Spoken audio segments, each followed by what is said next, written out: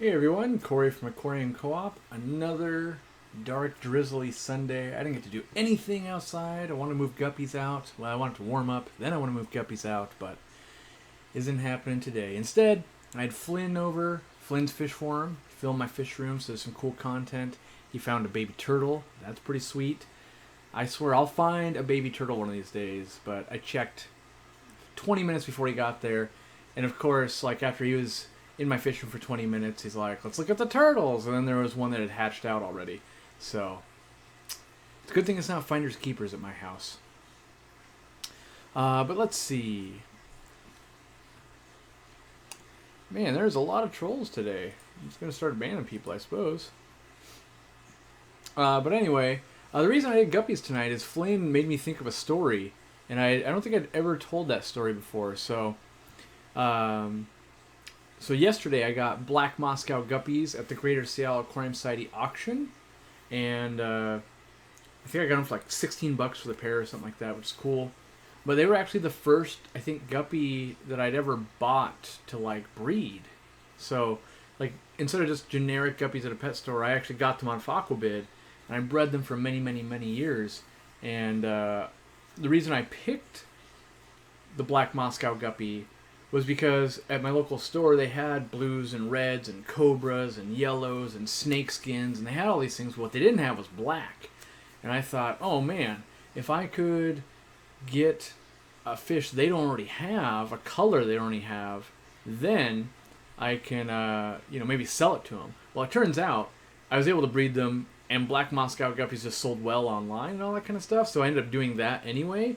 But that's how I stumbled upon my own breeding fish for profit, like guppy. That was like where it started. My first fish that was profitable, and it was a mistake. I was just wanted to breed them, and then I kind of wanted just to trade them in, and so that's where it all started actually. And I bred them. What was the first tank they're in? I think they might have went straight into this 55-gallon hex that was in our bedroom, and I think that's where they started. I can't remember. Maybe my wife can find older pictures of it. But I bred them for so long. I might have been the most money I've ever made off fish, by the way, because I bred them for a very long time. But they started throwing out albinos, and I'm kicking myself now for not saving them. But then I was getting rid of them, culling them, because an albino is the polar opposite of blacks when you're trying to keep the line very black. And because it's common for the black Moscow guppies to get a little bit blue or green sheen going to them, and I was trying to keep them mostly black. So, that was the first guppy I ever bred intentionally. And like, I picked out on Aquabid. So a lot of people ask me, where can you get guppies besides Guppy Train? Aquabid. Aquabid is like the source for guppies at this point, besides a local store or local club or something like that. So. If you're looking for live plants, by the way, for maybe your guppy tanks, that type of thing, there is a sale going on till midnight, which, it got announced, I think, on Thursday on our Facebook if you're not following us there. But use the code EarthDay. It's all one word. It saves you 22% off all of our plants. I know some are already sold out and things like that. We sold a ton of plants already. And there's no rain checks or anything like that. So get while the getting's good. I'm sure most of them will sell out. And... so there's that. What else? I'm going to start grabbing a bunch of questions here. Ooh, something new on the website. I've got the Aquarium Co-Op towel. So it's a blue towel. It's kind of I don't know how to describe it, like, not a knit, but it holds a lot of water, and it's folded, so it's a golf towel. So it's tri-folded, and it's got this clip at the top, so you can clip it to your belt, or you can hang it up, or whatever you want to do with it. And these run like $10, but they've got the Aquarium Co-op logo. And now all my employees are using it, and I'm using them here at home. And they work well. They're long enough so you can clip it kind of like your back pocket and reach around and be able to dry your hands off, and it stays out of the way. So these are kind of a good thing if you want something unique and you're not wearing a shirt already, which someone's saying they're already wearing the shirt, so you do get the props. And just another item coming to the co-op. It's already on there, so yeah. What's a good plant for a guppy? Guppy grass is really nice. I don't sell it on the website, but Nagus grass or Guadalupensis nagus I think LR Brett's Aquatic sells it.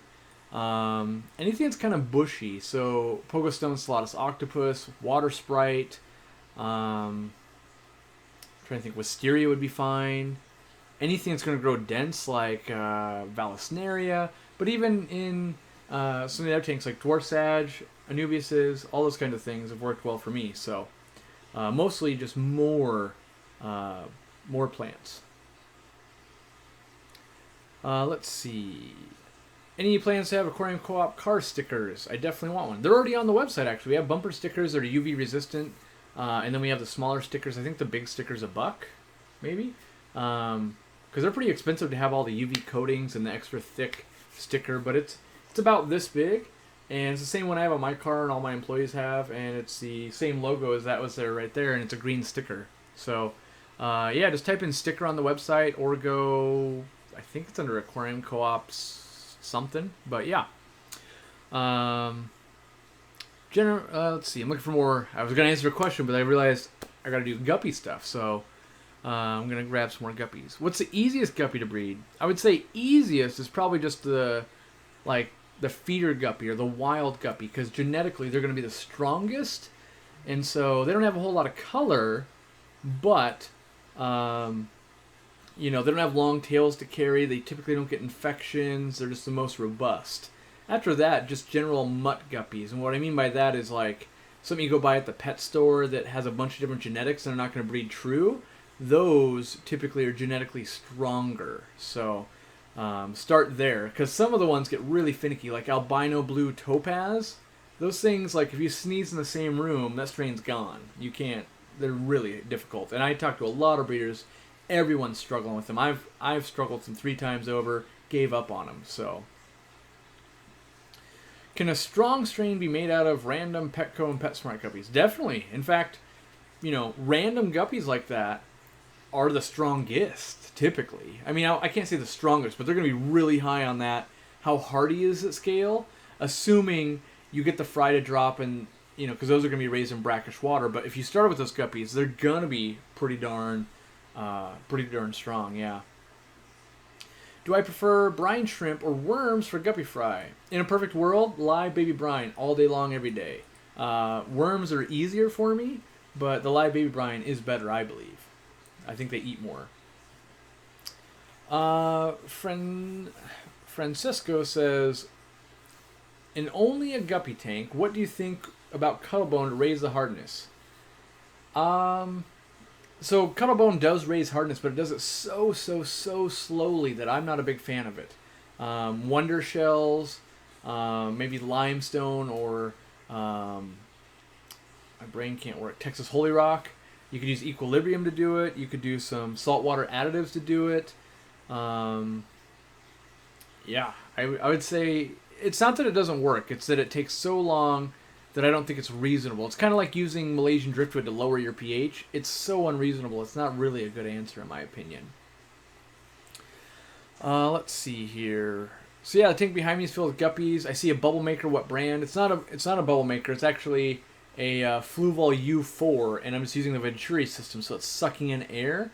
And yeah. How do the guppy train guppies look? They're looking good, reproducing, pulling forward. It's all good.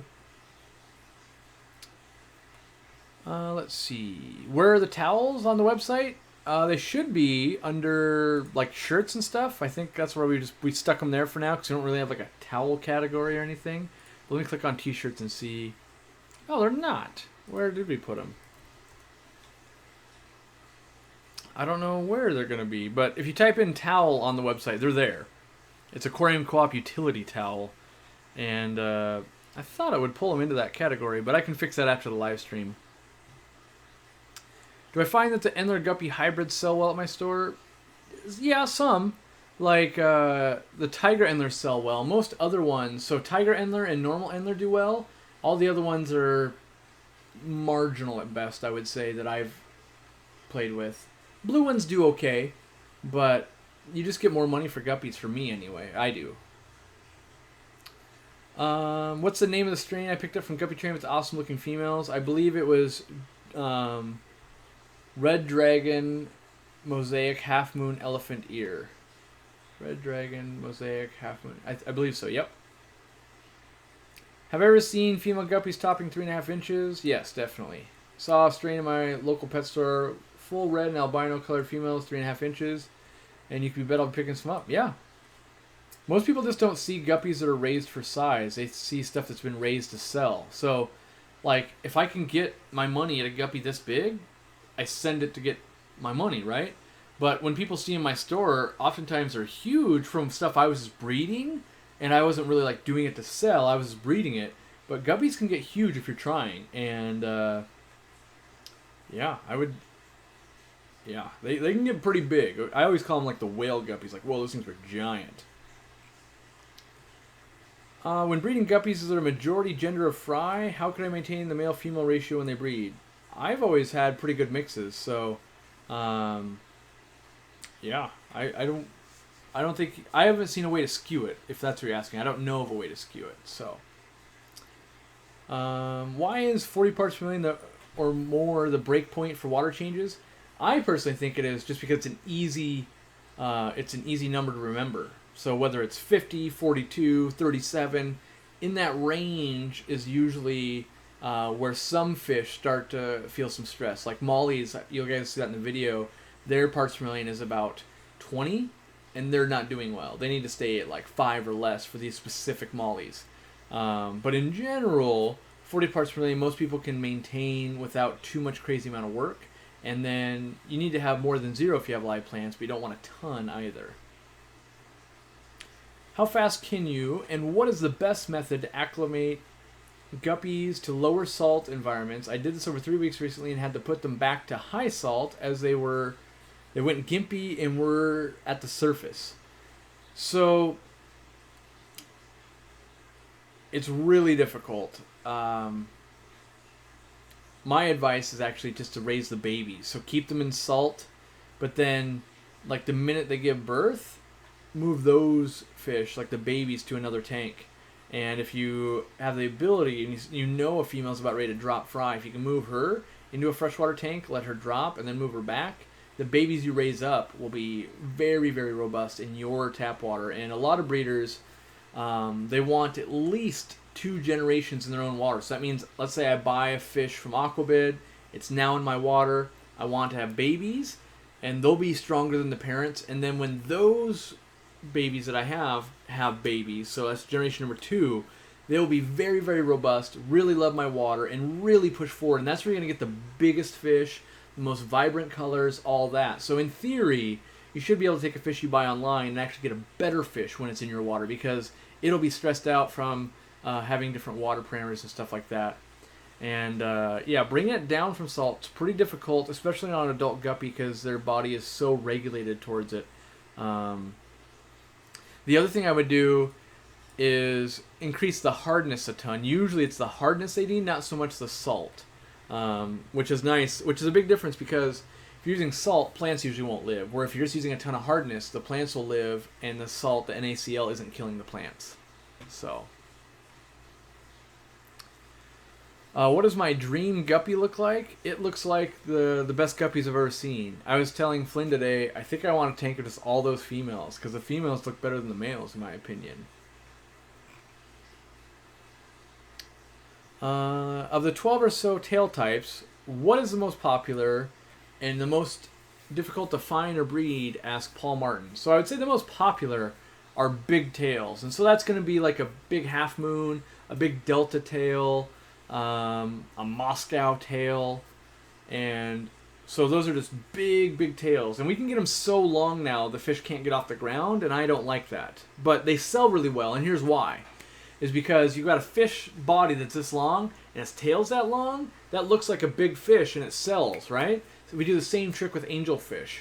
But the reality is, I myself like spade tail, pin tail, spear tail, anything that's got like a shorter caudal fin or tail, basically, and then either a nice point or something like that. And it's because the fish is a much stronger fish when it comes to swimming and getting food, and doesn't have a big tail. It's going to drag around and get caught on plants. It also tends to do better with other fish. Like if you're trying to mix your guppies with other fish, they got this big tail they got to pull around, they're going to lose the war when it comes to getting food. They can get picked on, whereas a more nimble fish does a lot better. Now, conversely, nimble guppies typically eat their fry more than one that's got a big old tail, because the baby guppy doesn't have a big old tail and it can swim faster.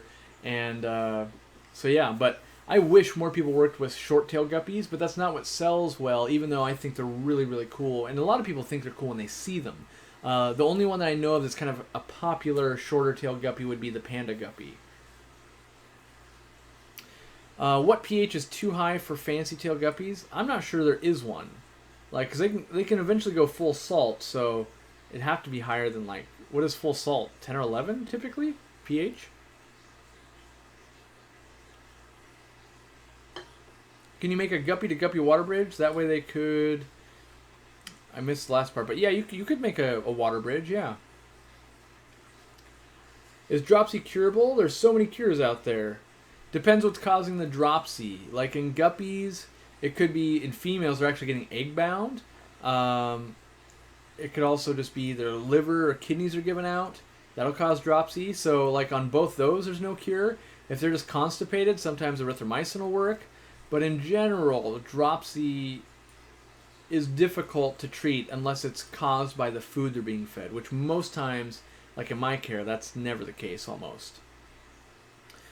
Can you send me some guppies? Probably not. Mostly because I like to limit the amount of sources of stuff coming into my fish room as much as possible. And I would only want to bring something I actually want to come in. Otherwise, just in their mouth to feed and water change and stuff like that. Does that go for fry purchase as far as the home water goes? Yeah, typically, even small guppies, I mean, they'll do better than parents, but it's still, you want multiple generations in your water. How do you go about culling undesirable fish in a humane way? Well, so first, the definition of humane is going to be different to everyone. I personally have no problem with feeding it to another fish, like maybe it would happen in the wild, or a turtle, something like that. That's my preferred way, because I feel like it's being utilized. And I actually like turtles and stuff better, because we can't really transfer a lot of the diseases in case there was a disease. But if we wanted to, let's say, just put them down... the best way is MS-222, which is a fish sedative, and you also have to counteract it by not letting the pH go too low if you're ever going to use that to sedate a fish and then bring it back up after surgery. But if you're just putting it, out of its misery, you can use MS-222, but typically it takes a vet prescription. So the next best thing for that is usually clove oil. That'll just put them under, and you keep dosing it until basically they stop breathing. After that, the next method would be severing their head in one quick swoop is the next one. After that, I believe it is freezing them, and that used to be what was considered to be the most humane way in standard practice in all like research labs and things like that, but they found that that was not the best way anymore. But I think that is probably a decent progression of methods, and you can choose which one you can stomach, which one you can actually do, if you're not going to go get a vet prescription to euthanize one guppy, for instance, and maybe clove oil makes a lot of sense because you can pick that up at, the drugstore maybe. So, do you think guppies or endlers sell better? I think guppies do. Let's see here. What's the biggest guppy I've ever seen myself? I think it was these women who would bring them into a store before I owned my own store, and they were probably only like 3.5 inches with fins, right? So that's about that. But they were just stout, like bodies were just, thick. And it's just, they really, I don't want to say overfed, but fed their fish very well and did lots of big water changes in a 55-gallon tank. And she just made the biggest guppies I'd ever seen. That being said, it's always hard to compare fish. When you saw one 5 years ago and you see one 2 years ago and you see one today, your brain, just whatever one you liked more is going to be bigger. But they were really nice, and I really enjoyed those fish. Kim says, thank you, Team Aquarium Co-Op's $2 super chat. Speaking of which, I got to pull that thing up. I don't want to miss any of those, so let me scroll down here. I'm horrible with the super chats. I apologize. That was the first one. Good. Thank you. Thank you much. Let's see. Ground up eggshells, the cheapest calcium source? That's probably true. I could see that as... I mean, it's very cheap. You know, I always get in a debate of cheapest versus practical for me. And I don't know that, like, to do 100 aquariums I own, the eggshells is practical for me, but I bet it would be cheap. How do I get the cage down in a guppy tank, or does it even matter? I would say don't lower it. They love, you know, more buffering capacity, the better. So I would say you're good to go. Should I worry I am raising nitrates after using Easy Green in an overstocked plant tank? Should I worry I am raising nitrates? You should. Yeah, you don't want to raise them too high. You know, if you have a crazy load in there already, and then you're dosing Easy Green, and nitrates are getting out of control, you need to figure that out, because your plants are going to need more than just the nitrates, but you don't want to elevate those nitrates. So you either A, need to make your own blend of fertilizer. I got like something in my eye tonight.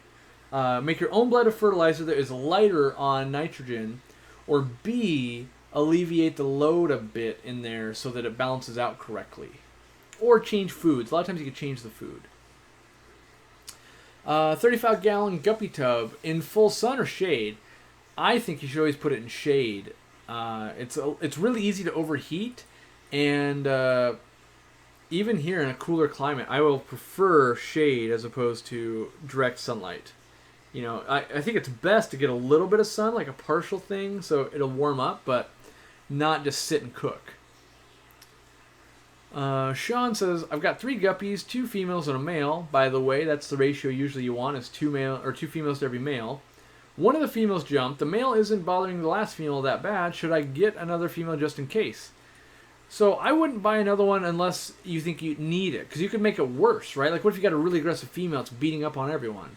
But keep an eye. The minute you think, oh, this isn't going well, I would add another one, yeah. How much does a female guppy influence the color and pattern that the fry will have? It comes down to traits and recessive genes and things like that. So they're going to carry sets of genes, and they can be, it's pretty important, you know, based on the genes they're carrying. It doesn't matter as much what the genes are expressing, you know, so if your female has a really big dorsal fin on the back of it, that doesn't mean the kids will necessarily. It could mean the generation below that actually is what's going to express that, assuming you had the matching genes on the dad side as well. All right, let me scroll down a bit. Had Endlers for 2 years and none of them are over 1.5 inches. What's your trick? And no breeding. Well, if they're Endlers, Endlers don't get as large. So males stay quite small. The females get about 2 inches or so. I would highly doubt they're not breeding. Like, so I would say they are breeding, but maybe they're getting sucked up into a filter, or there's other fish that can eat them, or even the parents can eat them. Like I said, Endlers typically can eat their own fry unless you can put enough cover in there. Do I ship to Australia? We don't. USA only, unfortunately. My female guppy died a day ago, but her lower lip was completely white and fuzzy. Was this internal parasites that caused her death? No, mostly that would be a fungal infection, or columnaris would be the mouth fungus that typically, and I use Icex with erythromycin to beat that personally. A salt tank is 8.4 pH, 11 is bleach? I'm not sure that's true. I mean, I'm Googling to see. It is about 8.2. All right. But I don't think bleach is 11. I got to Google that now, because now I just got to know. So it is. Man, shows you I know nothing. Oregon State University figured that out. All right. Corey, I love Fancy Guppies. Almost bought another tank today for Fancy Guppies. The struggle's real. I got that happening all the time. Can guppies go with multis? I've done it in the past. You want a really tall tank so you can separate the guppies from the multis and realize you're not going to make very many guppies. You're just going to feed the multis really well and they'll get really good food. But typically, it can be difficult for people to pull off, but I've done it. And it's not undoable. Just know that it takes some brain thinking. Let's see here. Could you keep baby guppies in cold water and have them live in cold water all their life? Kind of.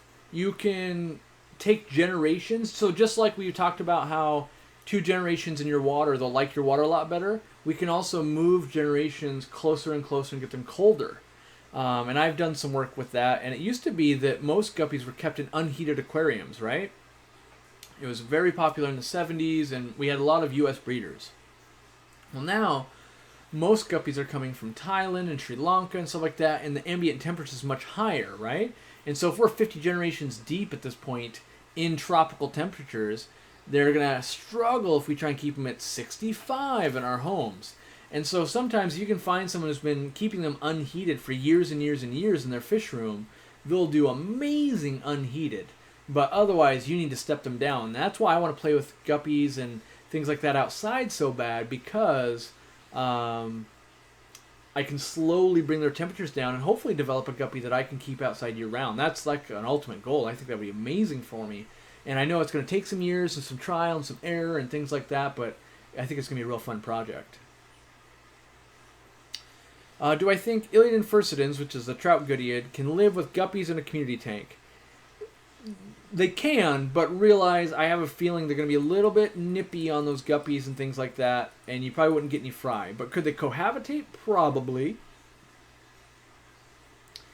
If you have 2 colonies the same, how would you go about mix and matching in such a manner that the strain remains genetically stable, and how often would you do so? So typically you want to outcross whenever you start noticing defects, and you run the lines. So you have 2 lines, you run them separately. It takes at least 7 tanks to maintain pure lines. You probably outcross them every 4th generation. I mean, it really depends. You get the genes you want, then you outcross. You outcross when either A, you have the fish set the way you want, or B, there's too many genetic defects and you need to strengthen the line before you can keep working with it. Corey, are there giant guppies like the giant mollies in the latest fish room tour? I mean, there's some that are really big that most people haven't seen, but like those mollies aren't giant. They're just actually grown to their potential. And the same thing with guppies. We mostly just don't see guppies that have been grown to their actual potential. So, let's see here. I have a female guppy with a fairly large tail, about 6 months old. Her back half of the spine started drooping. Is that common versus the ones born with spine defects? It can be pretty common with big females. Like as they develop all their fry, it actually will kink their back. And older females, it can kind of be like that. So while it could be an actual spine deformity, I just find the big females kind of get that anyway. So I wouldn't say it's purely a genetic defect there. Yeah, how many people are watching? 740. If we can get 60 grandmothers to start watching, we could break the 800. Everyone's got to share. If anyone wants to throw a like, I'm not going to say no to that. Or a thumbs down. You can thumbs down it too, by the way. I'm not only pandering for likes. You can hate me. All right. Can I keep guppy fry in a 3-gallon nano tank? So the answer is technically yes. It'll make it a little bit harder for you, but you probably want to try and keep it warm, and you want some very gentle filtration. But yes, it's common for people to use even 1-gallon jars to put a female in, let her drop, raise them in 100% water change every day for maybe a week or so, then transfer maybe to a 5-gallon.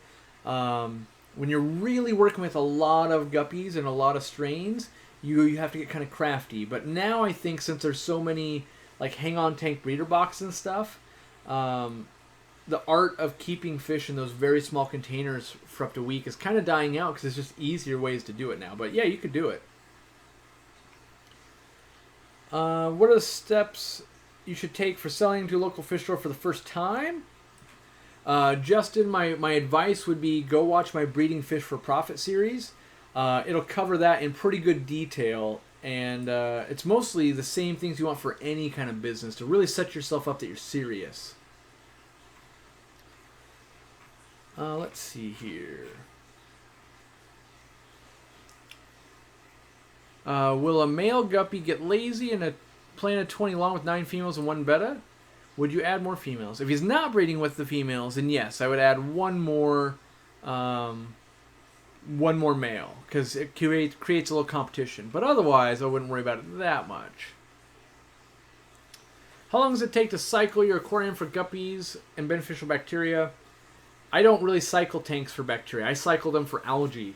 And typically for me that takes 5 or 6 weeks, unless I'm seeding with some algae. But I want the tank to actually be alive with something I can visually see. And when I see algae, I know that algae is going to eat waste for me, and it's going to provide food for the fish I put in, and it shows me that tank's actually alive. And so that's the way I do it, and it works really well for me. So I like a really seasoned tank before I do that. Petro says, I lost my guppies to fin rot. Could it be because I don't gravel vacuum? I would say unlikely. I mean, I've got a couple of thoughts. One, you always want to make sure water quality is good. So whether you're vacuuming or not is independent from if the water quality was good. So we had lower nitrates, we had appropriate pH, we had appropriate hardness, those types of things. And then also, like, if you buy a high-end strain of guppies, there's people that run UV sterilizers on the system. They've never seen bacteria before.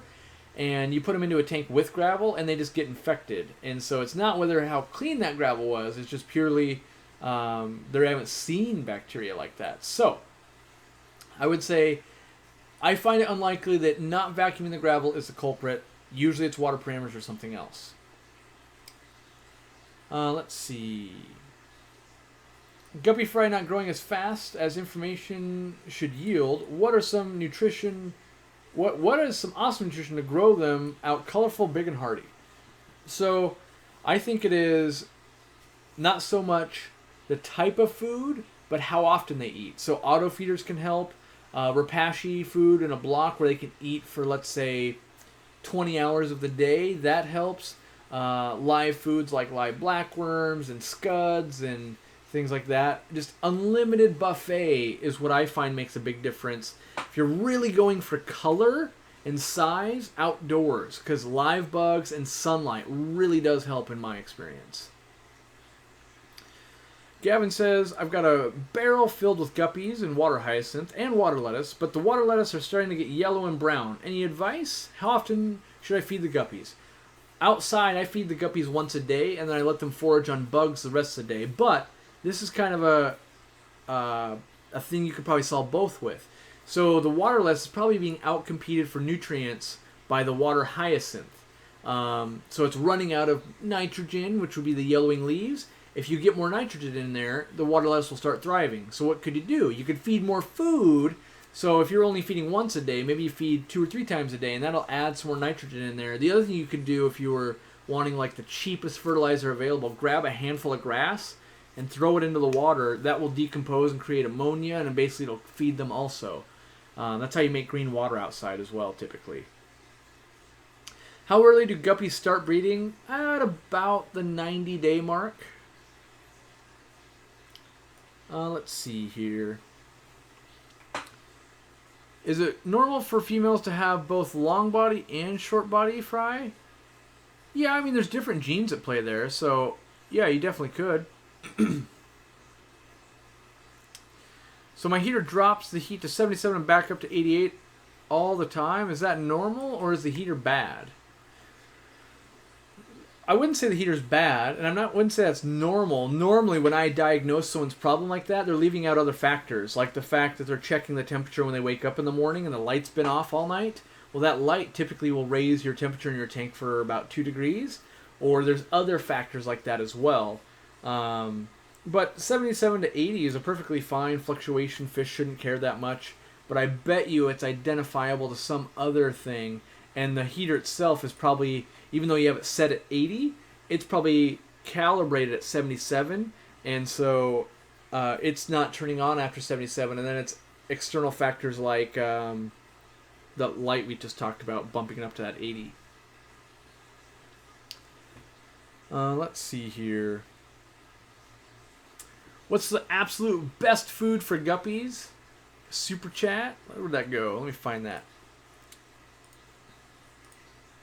From James, I would say the best food possible is newly hatched baby brine shrimp. I just think they're so good. They make them eat more. In fact, guppies, if you're, well, I won't say if you're doing it right, but you can feed guppies so much with live food and stuff like that, they won't stop eating, and their chest will actually explode.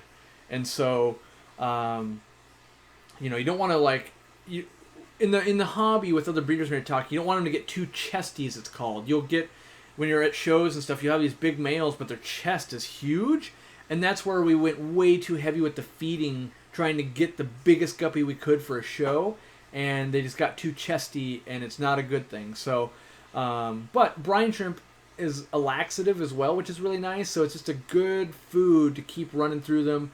But I wouldn't only feed them that. Like, I would pair it with some kind of dry food as well, and I like to rotate live or frozen, dry, live or frozen, dry, and so that way it kind of keeps cleaning them out and stuff like that. Also, like for best color and stuff, raising them in green water is a helpful thing. Live bear disease, ever an issue for you? I don't know if I really run into live bear disease. The problem is I think a lot of things get called live bear disease. So, if their kidneys are shutting down, I watch people call it live bear disease. If they have Camellinus redworm, I watch people call it live bear disease. If they just have a normal bacterial infection, live bear disease. But in general, I don't think I really run into that so much. But I quarantine everything I get, and so maybe I'm just nipping it right in the bud before I really encounter it. But usually it's a water hardness issue for me if I run into problems. Will PetSmart buy guppies from you? Nope. Usually they have a contract with the wholesale already, so they can't buy from you. Will guppies or shrimp eat cory eggs? Not usually. They'll eat the fry though when they hatch out. The guppies could. Let's see. How often do I feed guppies microworms? Depends on how lazy I am. Ideally every day, but reality probably every other day, or maybe 5 out of 7 days in the week. Let's see here. Frozen Cyclops is great for my Endler's tank. Yep, I feed a lot of Frozen Cyclops. I've got it in the freezer. Always. Love it. I love it because it stays in the water column. But I still like live brine shrimp better. I'm just a little bit lazy. Any experience with the snakeskin gene on how it reacts to mixing? I have some nice red lace females. I'd like to cross into snakeskin males. I don't. I haven't really done much of my own mixing because I just like to buy someone else's work and then keep it going. And so, yeah, I haven't, because it takes so long to make something. Like I lose interest before it's been 5 to 7 years and I've actually made it like something cool, right? I'll try to improve stuff, but making my own, I don't think I have the attention span for it. So that's, I guess, why I don't try it too hard. Have I ever raised brine shrimp till they're an adult? Yes. I'm going to do it this summer outside for you guys, I think. But they're a live bear when they're an adult and they're happy. And so, yeah, you basically just need green water and they're a filter feeder and you raise them up like you would Daphnia, really. Obviously in salt water. Given that guppy females can store sperm, can they have a variety of fry from various males in the same pregnancy? Yes, but it's been proven that the majority of the fry will take the most recent male. So you don't necessarily just ruin a female forever once she's been with a certain type of guppy, but it will express some of those genes down the road. Let's say a year down the road, you're going, how did I get this color? Well, it's still there, and it's still happening a little bit. But scientists have, a lot of genetic work's been done with guppies and stuff like that, and they've proven that the latest male introduced to the female still has the biggest impact. What would be good guppies for a planted tank? Any of them that aren't green or yellow. I find reds, blues, things that stand out against a green background do well. What age do guppies develop their color? In my experience, in that 3 to 5 month range is when they really start to bring on color. My favorite guppy is probably one I don't have. Like, I would really love to get some nice spade tail or pintail guppies. I haven't seen any in a long time. Let's see here. How many times should you breed a female? I do it a lot. I let them colony breed, so I don't know. I've never counted, but a lot. Yeah. Everyone says not to put guppies with bettas, and I've had luck with them over the years. Is this a case of people saying so because the internet told them so, or have you actually run into problems? So I haven't tried it much. That's the first thing to be said. But almost everything, I would say, the internet. The internet's like almost always the problem. Because it all depends, right? Like a guppy and a betta in a 1-gallon jar sounds like a terrible idea. But an 800-gallon planted tank with a male betta and guppies sounds fine, right? So I think that's part of the problem is you got to qualify it. And a lot of times the internet, no one qualifies anything. So it's just this plus this is bad. This plus this is good. And it's very generic. And so while I haven't done, I know like Creative Pet Keeping, she did a whole video on how she was doing it together and it was fine for her. But I haven't tried it. So, I've done it at the store, but I haven't tried it long term. A month or something is a much different scenario than, oh yeah, they all lived their lives out and it worked great. So, Steamfod Aquatics, he's here. He's just hanging out in the chat, answering questions. What else we got? Let's see here. Blue-green algae is localized to my hang-on-back filter, but a pain. Worried that erythromycin would crash my beneficial bacteria. Is that a concern? It should be a concern, but if you can't get rid of it any other way, what's the alternative? Like, what I would do is I'd probably dose the erythromycin, hold the food back, and lost my train of thought for my wife. What can I do for you? Is there another one? Yep. 2 baby turtles. No meatloaf for fried burritos, okay? It's fine. So anyway, back to my train of thought. Back off the food and watch it for if it fell into a mini cycle. That being said, I think I've used erythromycin stuff so many times in all of my tanks that the bacterial strains I have are just resistant to it. And so yeah. But there's not going to be many other ways you could actually get rid of it. So I would tell you to go with the erythromycin, but have a battle plan. How many times a day would you feed a breeding colony of guppies for best growth and for fish? So ideally they'd eat every 2 hours. I typically feed them about 6 times. So my auto feeder can do it 4 times, and I can do it about 2 times a day. So 6 is about what I can fit in.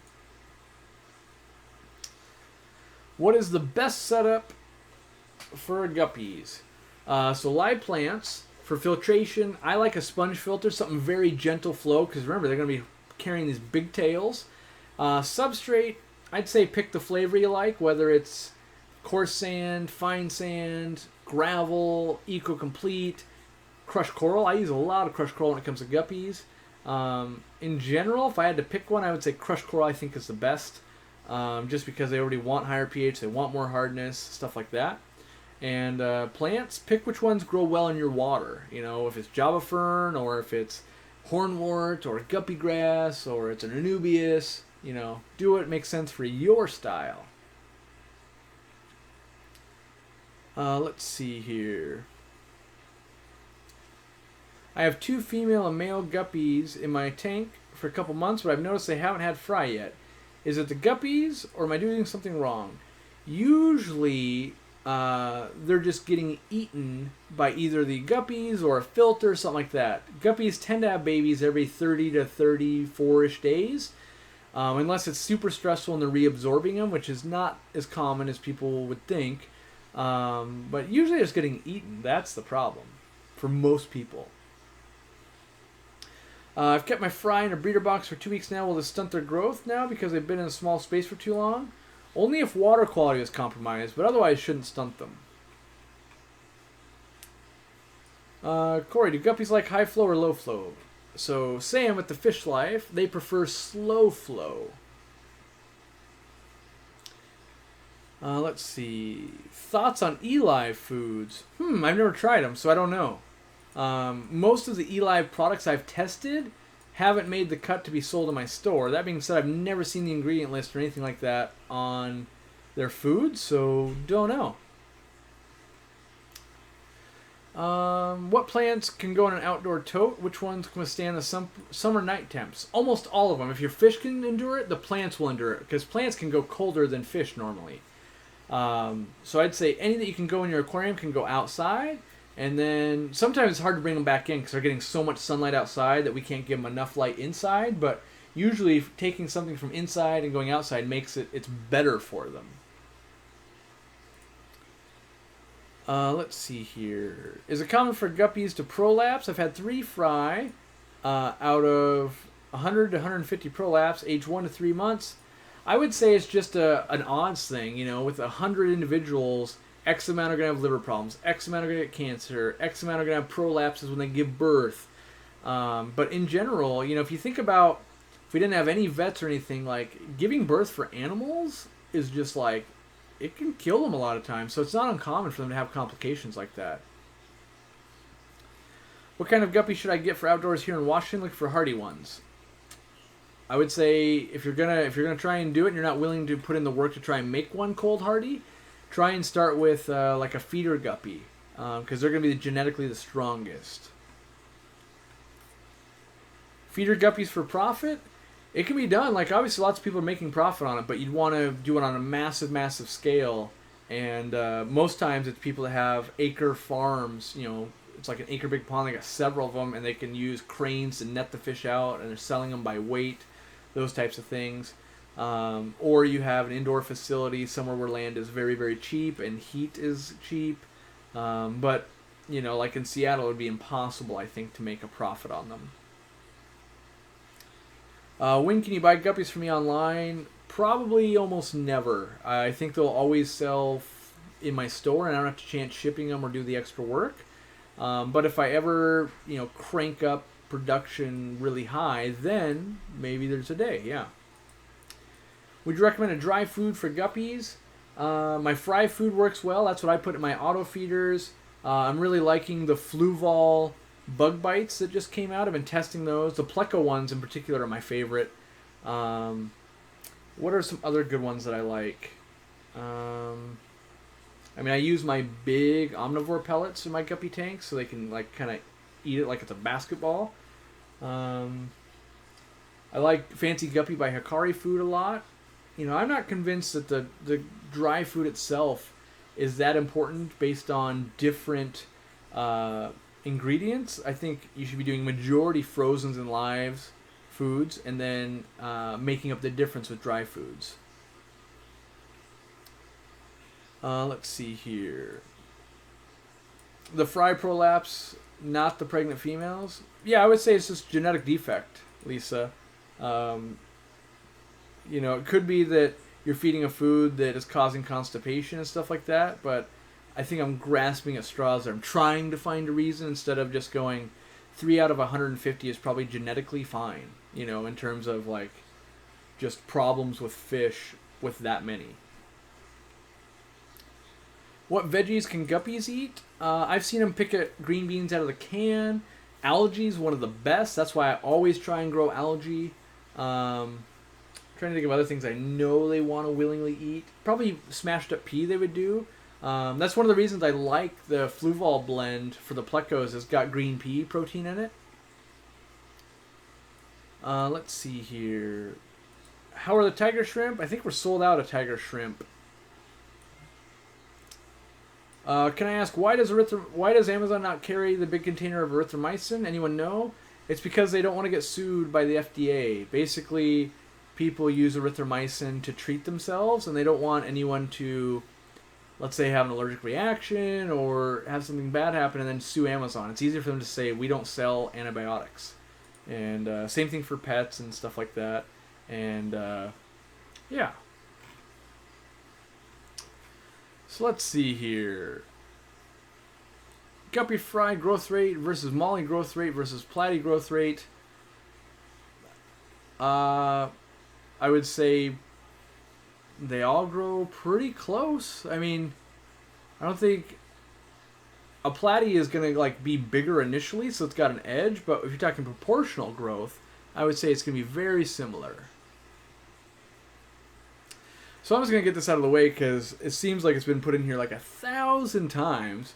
But if you'd like to go support the King of DIY and his aquarium gallery project, there's a GoFundMe going for it. You can go donate money, and everyone keeps like relinking it, and so instead of having the mods to clean it up where it's just kind of getting a little spammy, if you'd like to donate, go donate over there. I know I have. I know Steamfod Aquatics has, and I know other people have. So now the word's kind of out there. And you just go to watch his latest video. There'll be a link to it, and you can make a donation. Hopefully he gets all the money and can finish the build quickly, because I'm excited to see it. Let's see here. Daphnia. Daphnia is a great food, especially live Daphnia. I'm trying to get that really going for my guppies. Cheapest but best substrate. Yep.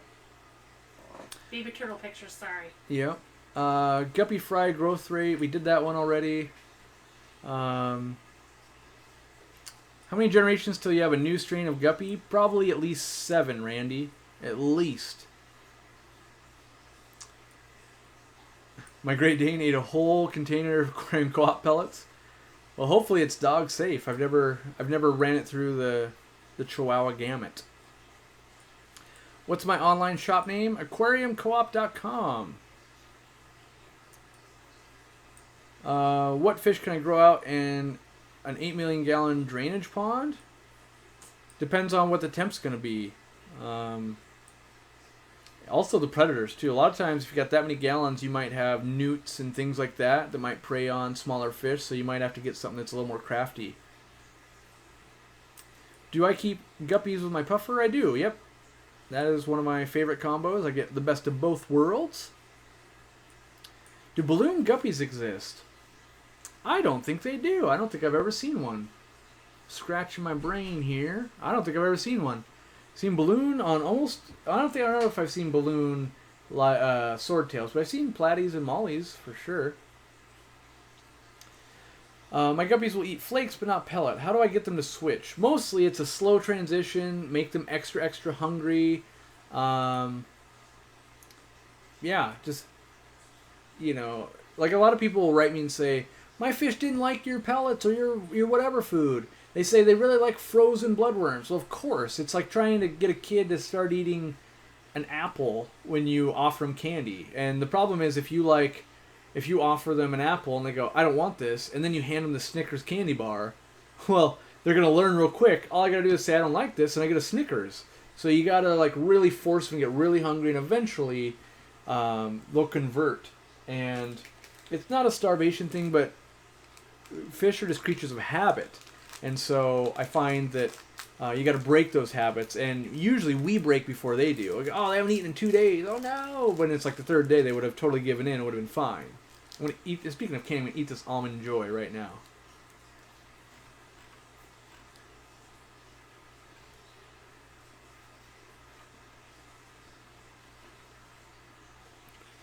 A few more minutes, we'll start answering other questions besides guppies.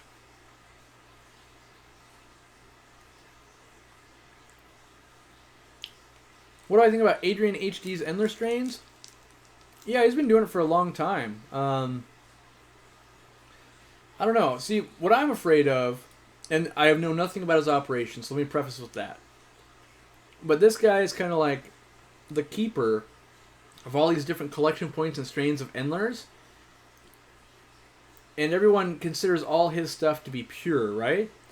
I know all it takes is one net with one fish transferring to a tank to skew that population forever. And so I'm just worried that if you have all these strains, it'd be so easy for a cross-contamination thing to happen. But the stuff he sells, good, from what I've seen. What in guppies makes some value at a few dollars and some at $50? It's all demand. So a guy like me might see something new and go, I'd pay $100 for that. The next person goes, I wouldn't pay $1 for it. And that's how it goes. And the more common something gets, the price goes down. The rarer it is, price goes up. But there's nothing, that's the good thing about guppies, is that guppy that's $3 or $4 at the store is really every bit as cool as the $400 guppy, honestly. If you've never kept a guppy before, buy the cheaper ones because you get all the same personality. But if you are a connoisseur and you want to go, well, I've never seen that color before and I want to keep it, maybe it's worth it to you. Where do I get my fancy guppies? Typically, either straight from ATFG, which is All Thailand Fancy Guppy, Aquabid, or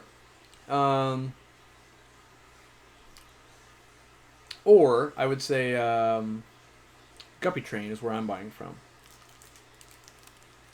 My volume shouldn't be any lower than normal, Rhonda. I haven't changed any settings, so I don't know.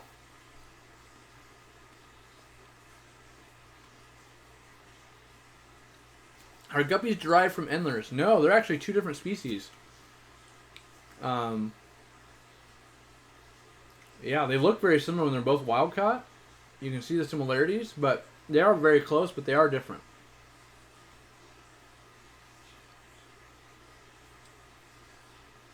Why the 7 aquariums for a pure strain? Because typically, well, first, that would be to be improving a strain, because you need all these grow out tanks to be raising them, and you need to be able to outcross them when the genetics go bad. And just in general, it's an accepted thing that 7 tanks is the minimum to really be improving a strain in a timely manner. Now, I do it as a colony, and I just always select for the ones I like and take the ones I don't like out, and over time, it will get slightly better. That being said, for me to make the same changes as someone that's doing it with like 7 or more tanks, they might be able to pull it off in 5 years. It might take me 50 years to get the same difference that they've got going. How do I feel about Guppy Endler hybrids? I feel just fine about it, because to me they're just like platies and swordtail hybrids. Like, you wouldn't have any swordtails with colors if you didn't cross them with platies. And so, yeah. I mean, I guess, yeah, I was going to say, as long as I know, but I don't even have to know. I'm fine with it.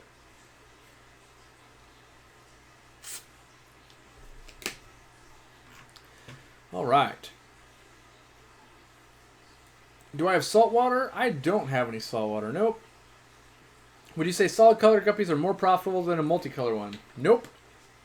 I would say people in general can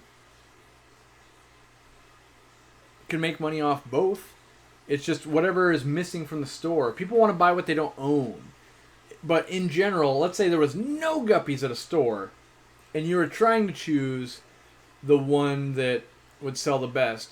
Solid colors, typically. But people usually go, I want a blue one, I want a red one, I want a black one, I want that multicolor one, I want that cobra-looking one, I want that one, I want that tiger Endler. They want all the different types. That's where the money's at. So that's why breeding normal, like, mutt guppies, where kind of everything comes out, usually is more profitable. Alright, let's see here. How would you get a Guppy Molly cross? Where'd that go? And keep the crossbreed going. I know the males will be sterile. I don't know, Caleb. You'd be the first person to ever figure out. No one's ever done it. So, yeah. Can moss serve a similar purpose of algae? Yeah, definitely. Yeah, we can ask non-guppy related questions now. When a guppy dies in your puffer tank, does it alarm you? How often does this happen? I don't know. I don't really see any die, so I don't know if they're just getting eaten or what, but I don't know that. I'm not really seeing them die, so. Why do I like guppies? Because they've got a lot of color, they've got great personality, you can breed them easily, they don't have to be in big tanks, they can handle a wide range of temperatures, fluctuations, parameters, and almost everyone can kind of really like a guppy tank after seeing it. It's going, wow, there's a lot of color, a lot of life going on in there. And they don't really beat up other things. So those are all the things I like about them. What's an appropriate tank size for a trio by itself? I start them in 20 gallons because that's what I have. You could definitely start them in a 10 gallon. So. Let's see there. Is there any supplement to help grow bigger, more colorful guppy tails? Not really. I mean, you could get into hormones, but that's not really a good thing to do. 797 people watching? Is that a true statement? That's impossible. 800 watching right now. Whoa. That's getting up there. How long can fish go without food before they start looking at each other like food? Depends on the species, but you know, for cichlids, I think it's usually after about 4 days they start getting angry with each other.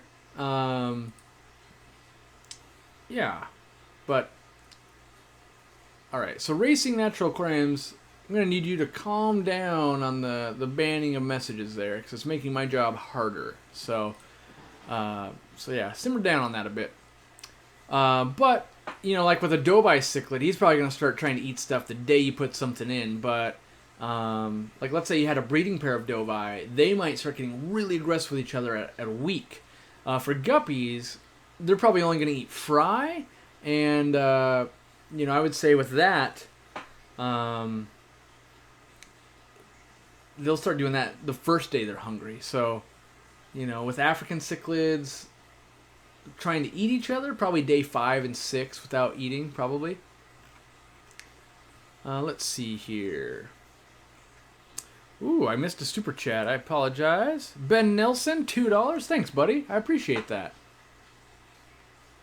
Let's see here. Is it true that guppies are not hardy, but rather delicate due to temperature and disease in outdoor ponds? No, I don't believe that's true. I believe that most people don't put them into environments like where they came from in the breeder. So what that means is, if the breeder is making them in brackish water and we put them in fresh water, that's a problem. Especially more so if I have soft water, right? So, you know, I think in the guppy world, we're not spending a lot of time figuring out what the water parameters they had were, where you would if it was discus and goldfish and bettas and things like that. So I don't think that they're actually more delicate. I think we're just not asking the right questions and setting up the right environment and buying from the right people. So for instance, like how did I find Greg Sage ever, right? I was looking for other breeders of livebearers that bred them in soft water because I have soft water. And so that's how I found him, but I knew I needed to find people with soft water unless I really wanted to mess with my water, and I don't like messing with my water. So look for people that have more water like yourself. I dewormed my multis 4 days ago with flubendazole and found white stringy worms floating on the top of my tank. What type of worm? Uh-oh, where'd it go? What type of... I lost it. What type of worms do I think this could be? I have no idea. It's an internal parasite, but I have no idea. You'd have to get a microscope and look under it, so... have I ever heard of platies breeding with mollies? As far as I know, that's impossible to be done genetically. But, you know, you never know. My Corridor fry are fungusing and almost none are surviving. What's the best way to deal with this? I'm doing 50% daily water changes and keeping the bottom of the tank completely clean. What are you feeding, Maggie? If it was me, I'd probably, like... I haven't had that problem, but if I was, maybe I would try running some erythromycin in there or methylene blue, something like that, to keep them from fungusing. But usually... that's like a water quality issue or something like that. Like to start up a bacterial infection. Well, not bacterial, but a fungal infection. Let's see here.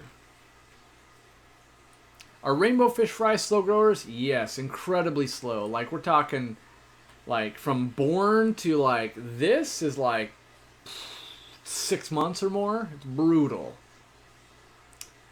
Any strategies for strengthening peduncles in a line? My females come out with above average, but after 3 generations I'm struggling to get thicker peduncles in my males.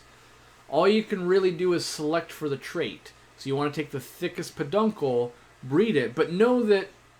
so like let's say you have the female you like, and you take the thickest peduncle male, just because you breed them doesn't mean any of the babies are going to have that. Usually it's generation number 2 that's going to express that thicker peduncle. And so that's why... so you've got your pair, tank number 2 is their babies, and then you need tank number 3 is their babies. Then you got to separate out males and females, raise them up, take the male you want, so that's tank number 4 at this point, take that male with that bigger peduncle you like, start tank number 5, and take that original female, breed it to the son, well, the grandson at that point, and then hope that the genes are coming out better. If they're not, you'll be glad you have the 4 tanks to pull fry and try different genetics. And it can be a real, that's why it's not easy. That's why people just go like, oh, I'm just going to fix the peduncle. Like, it takes a lot of work sometimes. And you could have Generation 5 and nothing comes out with a thicker peduncle. You go to Generation 6. There we finally found that good one. Let's try breeding that one back and see what we can get to come out of that. And so it can be quite a bit of work to actually improve a strain like that. Do I have any koi at my store? If not, then why? I don't have any koi because it's not koi season. Koi season starts worldwide May 1st. So it's also too cold to put koi outside in Washington so far. So, yeah. Man, I gotta get some water.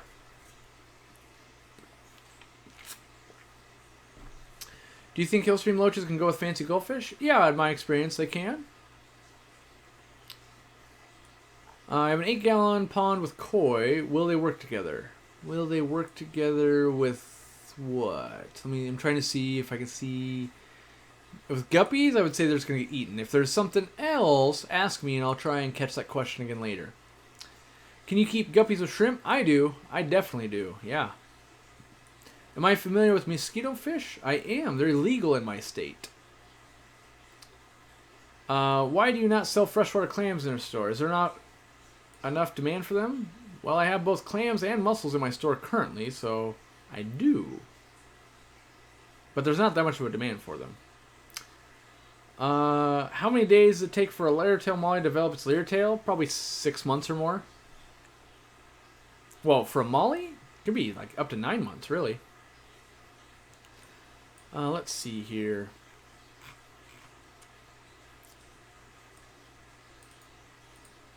Let's see. I'm trying to keep on top of everything. I'm missing a super chat. Mel says, is it possible to take live guppies through TSA? So it is possible, Mel. You want to have the paperwork printed out, and ultimate authority still is on the pilot of the plane. A lot of people say they have no problem at all, and a lot of my breeder friends and stuff, they say I've been stopped too many times. Like Greg Sage says, he gets stopped every time. He's just not willing to try it anymore. So a lot of us, what we do is we mail them to ourselves, and we just beat ourselves home because we get on the flight and we're ready to receive them. But technically, yes, most airlines with the proper paperwork, you can do it. In the United States. Like, it's a little bit weird if you start going international. You got to import them and stuff like that. It can be done, and a lot of people do it. I myself have always been too chicken to try it because I'm usually buying stuff I can't live without. Like, oh man. Otherwise, I would just say, hey, ship that to me in a few days or something like that. Dean H with the $10 super chat. Corey is too humble. Please like the live stream. Hashtag fish family. Well, thank you, Dean. I appreciate that. And, it's not that I'm too humble. Don't get me wrong, I love money. But I look at this like, I literally am trying to help as many people as possible in the 2 hours I've dedicated to this. And so I try not to get sidetracked too much with taco rantings. Well, let's be real, that's the best education I give is taco etiquette. But I try just to help as many people as I can because I know everyone wants to have a question to get answered and stuff like that. So I try not to sidetrack too much. But Dean, you're right. Thank you. And please like or thumbs down if you don't like it. Subscribe if you haven't already. I haven't really talked about this, but you've seen it in chat at this point. But I do have another channel I started up. Well, not started. It's my original channel. It's just Corey McElroy. It's my name. And I did a live stream last Friday about business, and I think people kind of liked it. And I might do it some more because I really enjoy it, and it's good for me to talk through my business ideas and answer some of your guys' business questions and stuff. I don't answer anything fish related there, but if you're into the business side of what I do, with a lot of you kind of said you are, you can check it out and but search up YouTube Corey McElroy. Or I guess I should add it. I should probably add it to my YouTube channel here, like on the side of a recommended thing. That'd be a smart thing to do. Yeah, I'll do that hopefully. Where did I get my mini musk turtles? I got them from a private breeder who was getting out of the hobby. That's where I got them. How do you hatch brine shrimp? And have you tried growing brine shrimp? I have. Hatching them, I've got a video on it, but basically it's like salt water and the eggs in about 24 hours. And growing them up, I'm going to do a whole new video on that.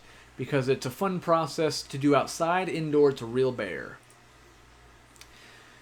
G's donated $5. Says, my South American cichlid tank has a hole in the forehead. My South American cichlid has a hole in the forehead. What could it be? Do you think it's a parasite, and how could it be treated? So usually a hole in the head is either A, hexamida, which is the parasite, or B, it's a vitamin deficiency. Most often, working at pet stores, I see that it's a vitamin deficiency because people are only feeding one type of dry food, or they're only feeding live feeders. So the first thing I would try is maybe soaking the pellets or whatever this fish is eating in something like Vitachem, which is something we saw on the website or you could order somewhere else. It's basically liquid vitamins. It really jam-packs that food with vitamins. And do that for a few weeks, see if you can't not reverse it, but stop it, because usually once the pit's there, it's going to stay there. And if that doesn't get better after about a month and it's still getting worse, then it could be hexamida, and you want to use something like metronidazole or something like that. If it's a wild-caught fish, I lean more towards hexamida. If it's a tank-bred fish, I lean more towards a deficiency, typically. So hopefully that tip will get it done for you. In rare cases, when neither of those work, I've actually found it to be stray currents from equipment like a power head and that kind of stuff. You can get a grounding probe for your aquarium. But it could be very stressful situations can do it too. But that's like the third, that's like if, let's say malnutrition is 60% and hexamide is 35%, and then like other being electrical currents and stuff like that is 5%. So start, from obviously most likely to less likely. Let's see here. How would I go about quarantining cherry shrimp? I would do it the same way I'm currently doing it. So in this tank right here, it's a 20-gallon. All that's in it is some snails and some yellow shrimp with some Java moss. And I just let them go in there for maybe 6 months or a year, and eventually I'll mix something in. But I just let them do their own thing as their own unit. So I, myself, with most of my tanks, is kind of a one fish, one tank thing for long enough till I trust them. And by trust them, I mean they're breeding well, they're just overall doing well, they've adapted to my water well, all those types of things. Ooh, Joel, link to my other channel. Thank you for that, Joel. Let's see. How do I introduce male guppies with female guppies without the female killing the male? I've never really had a problem with that. You might have a really aggressive female if that's the case, but usually you can just introduce and it's not too bad. If you're really worried about it, add like a couple of males, and that way it can kind of be, disperse that aggression some. When am I going to feed Murphy crabs again? I don't know. I don't want to turn it into a spectacle, so it's when I think he needs it. But, I don't want to turn it into like, oh, look, Corey's just always feeding live stuff to his puffer, because that's not what I want to promote about puffers. I want to promote, wearing teeth down. And yes, its hunting instinct is important, but I don't want to sensationalize. This is why you keep a puffer, because it eats other stuff. I want people to fall in love with a puffer because of all the good qualities it has, and then realize, oh, I might need to do that for enrichment of the fish. And so I don't want to film it very often. How do I feel about frozen baby brine shrimp? Good enough, or still go with live baby brine? Live baby brine is better, but frozen is still pretty good. It's just live food is just always better in my opinion. One of my new panda cories developed a white lump on its head a week into quarantine and died 2 days later. Any ideas? The other 4 seem okay. How much longer to quarantine? Well, let's see. So, are you at like 9 days at this point? I'd want to see at least a week or 2 with none other ones getting sick and put some weight on them. Like if they're plumping up, that's a good sign. It's hard to say what the lump is. Like, was it kind of fungal or was it more of a cyst or... Yeah, it's hard because a tumor usually would take much longer to kill. So that's the only 2 I can think of that would be that enough of a fast killer. Super chat from Jesus. Thank you, Corey. You're the man. Get back with me if that doesn't work. Send me an email, in a few weeks. If that hasn't worked, send me an email and we'll go over more options, but start with that line of action. Can you keep 2 pea puffers with guppies in a heavily planted tank? It could probably be done. I think odds are against you, though. I think they're going to be a little bit nippy. The 2 pea puffers themselves might fight. 2 in general is not really a good number. You know, I've seen everything done, but you might only have a 10% chance of it working. So, what type of cichlids are easy for beginners to be successful with? I would say African cichlids are pretty easy. A lot of the South American, like convex fire mouse, that type of thing, are pretty easy. Angelfish are pretty easy. Yeah, I would say most of those. Ooh, what's my opinion on Frank Chang's line of guppies? I don't know Frank Chang, so I'm going to Google it after this and hopefully nerd out, because that's like finding a new candy store I didn't know existed, and I like candy. Do you need to deworm bettas? So I would say typically not, and it's because that betta's never seen another fish unless it went into a tank with other fish. So, like at my store, yes, because it's seen other fish at my store. But if it like came from the breeder, landed at a wholesaler, and then landed at a PetSmart, and it's been its own cup, and it's literally never touched water of another fish, it would be highly unlikely that it has any worms.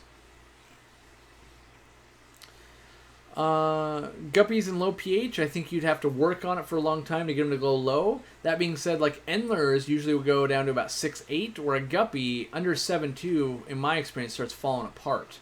So yeah. Corey, please do a video series on South American cichlids like I did with Africans. The reason I haven't done a video like that is I'm not comfortable enough to be, how do I say this, like an authority on it? Because it's like I could do it with, let's say, green terrors, convicts, fire mouse. I'm trying to think of other things like in that range. But then it gets really hard when you start going like, well, how should you recommend mixing Midas cichlids, red devils, dovies, beanies, parasite, lion's eye?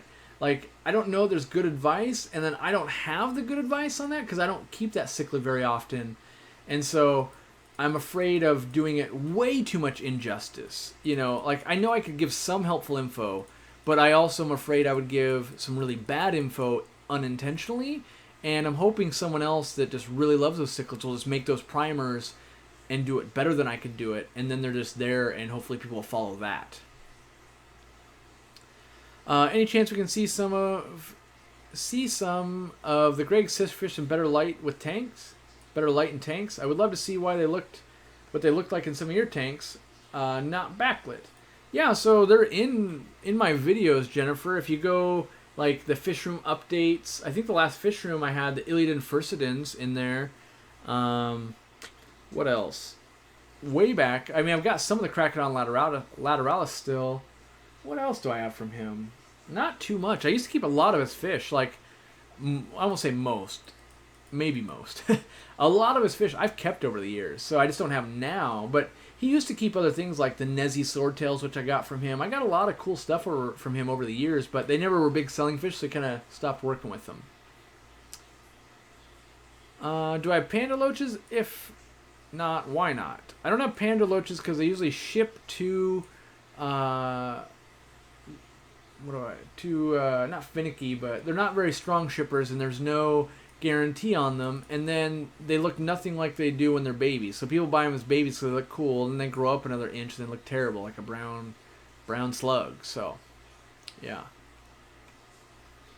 My guppies have got a ring around the body that is white, but after a few days it turns pink. How should I treat it? That sounds like you've got a bacterial infection going on. I would use erythromycin, or if there's no plants, I would add some salt in there as well. What happened to the guy with a Dovi in a 600 gallon? I had a guy in a 1,000 gallon.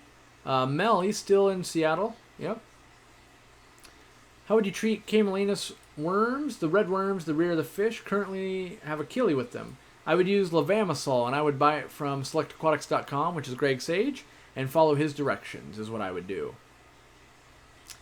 Melody says, I have a new baby betta who doesn't like pellets or flake food but loves bloodworms. My question is, do bloodworms provide a fully nutritional diet for a betta? I don't think any one food will ever provide full nutrition for any fish. So what I would do if I was you is I might feed them bloodworms a day. So here's what I would do. I would thaw bloodworms out in a cup. I would then remove the bloodworms, feed that to the fish. Wait 2 days with that bloodworm juice in the fridge. Then I would drop some pellets in that bloodworm juice, let it sit for a couple of hours, then put those pellets in the tank and see if he goes after them because they smell like bloodworms, and then you slowly transition them onto pellets and stuff like that as well. Is it true that albino guppies are harder to breed and raise?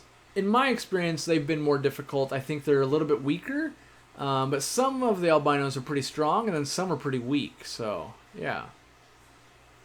Will I ever do a giveaway? Sounds like you haven't been on the channel that long, Helmet, because I do giveaways fairly often. Like on Easter, I gave a bunch of stuff away, a few $100 worth. Let's see. I have 10 fancy guppies, female guppies, with 3 male guppies in a Flue Ball Spec 5. Is that too small of a tank? Only if you can't keep up with the maintenance level. So for me, I wouldn't want to be tied down with that much burden. So like I wouldn't keep that many in that small of a tank because I think it's too much work for the amount of pleasure I'll get out of it. But anything can be done. What's more valuable in the market in the future? Leopard frog plecos or zebra plecos? I would say in the future, I think leopard frog plecos. There's a lot of people working with L46s, the zebra, and not that many people working with the leopard frog. So obviously, you saw me invest money into leopard frogs. I like them better. But I also, if you were going to pick a horse, that's the horse I'm picking. Hey Corey, I found a 20-gallon on Craigslist for $8. Is it a good idea to start guppies and cherry shrimp and Java moss in it? Yeah, I mean, if it all depends on what your motives are, but sure. Yeah, I mean, that's a good setup. Other than Murphy, do you name any of my other fish? So I've had Hank, and I've had Murphy, and I had Meatloaf, which Meatloaf was a very large clown loach. But I don't name fish that often. They really got to have a personality for me to fall in love with to really name them. Ron, with the super chat, says, Corey, thanks for the live chat on Guppies. Well, I'm glad you're enjoying it, Ron. Yeah. It's a good time. I enjoy it. Like, I would do this every week, but I tried to vary it up, and I was like, oh, man, I'm really jonesing for some more Guppy talk. And so I was like, you know what? I hadn't planned anything yet this week, and I got to do something, so I'm going to do it. And it seems to be working out well for me, because I'm enjoying it. I'm just trying to see. There we go. Let's see. Making a strain without a female? I'm not sure what that pertains to. I've got 9 Cyprichromis and a 45 tall. I threw in an auto feeder on it, thanks. And now the dominant male is bullying the others into the corner. Normal, good, or bad? I would say that's pretty normal. Usually I don't do any damage, but there will be some bullying and displaying. I think the best thing you can do is get like some tall Vallisneria or maybe a big fake plastic plant so that anyone that's getting bullied and they're tired of being bullied can get out of the line of sight for a while, and then they can come back into the mix when they want to, but make sure they can get out of his sight so they don't get worn down. That being said, I don't think I've ever personally witnessed one of mine wearing another one down, so to speak. What tank makes work best with angelfish in a 40-gallon breeder? From Unseen Haze. I think big-bodied, peaceful fish. So that might be like black neon tetras. They got that wider body. Maybe some of the Rasbora species. Corridoras work really well. If you want something more exotic, you can do like knife fish maybe, or some of the butterfly fish up top. You could do, not knife fish, I already said that, hatchet fish. Maybe some of the oddball catfish like whiptail cats. Maybe like an oil catfish. Trying to think. Platies would be a good one. But I think that's enough to get your brain turning. Let's see. Braden's Betta says, my mollies have developed their sailfin and leader tail and have sexed out at 2 months old. Yeah, so if you watch like the Greg Sage tour, those would be usually the ones that, you know, they sex out early, but they're not mature enough to breed yet. And typically you want the ones that are going to mature out the latest to be your breeders. Let's see. I don't know if you answered this, but if someone set up a natural tank, wouldn't the hormones of the fish that the fish release add up in the water column and stunt their growth since there are no water changes. So I personally haven't read any studies that that's actually a true thing yet. A lot of breeders and stuff like that, we all suspect it, but we don't know that's true. So my playing devil's advocate question to you, the fish life, would be, if that's the way it worked, which maybe it does, how do we prevent that from happening in lakes with trout and stuff like that, or just even, other fish around the world, right? Like, it has to leave the system somehow. Does it leave by plants? Does it leave by, I don't know what chemical process, but obviously if it stunted them and stopped growth and that kind of thing, it would be happening everywhere. And so I'm not sure exactly how it gets filtered out of water, or if it's even, like, a lot of times we as humans, we worry about things that don't even need to be worried about. So I don't know that we can really replicate that as being a problem. Usually we run into problems with nitrates, and let's say we had iron buildup or something like that before we run into hormones. But this is all conjecture, and I haven't read enough scientific papers on it, and I haven't seen someone publish one about how much it's stunting any specific species of fish. The gravid spot on guppies changes from black to pink. Does that mean anything? Black to pink. I don't know. I mean, I've seen it, but I don't know if it means something. So that just means I don't know. That's what that means. Have you ever kept Altipinosa cichlid? Let me Google that. That's just Bolivian ram, right? Let me make sure. Yeah, those are just the Bolivian rams. Yeah, I've kept them quite a bit. Yeah. Is aquarium salt bad for plants? Usually, yeah. NaCl can be pretty hard on a lot of the different types of plants. Hey Corey, I'm having some trouble with my guppies breeding. I don't know if it's because of my water or the tank size. 4 of them are Petco guppies and 3 of them are for a friend. So I'm having trouble with my guppies breeding.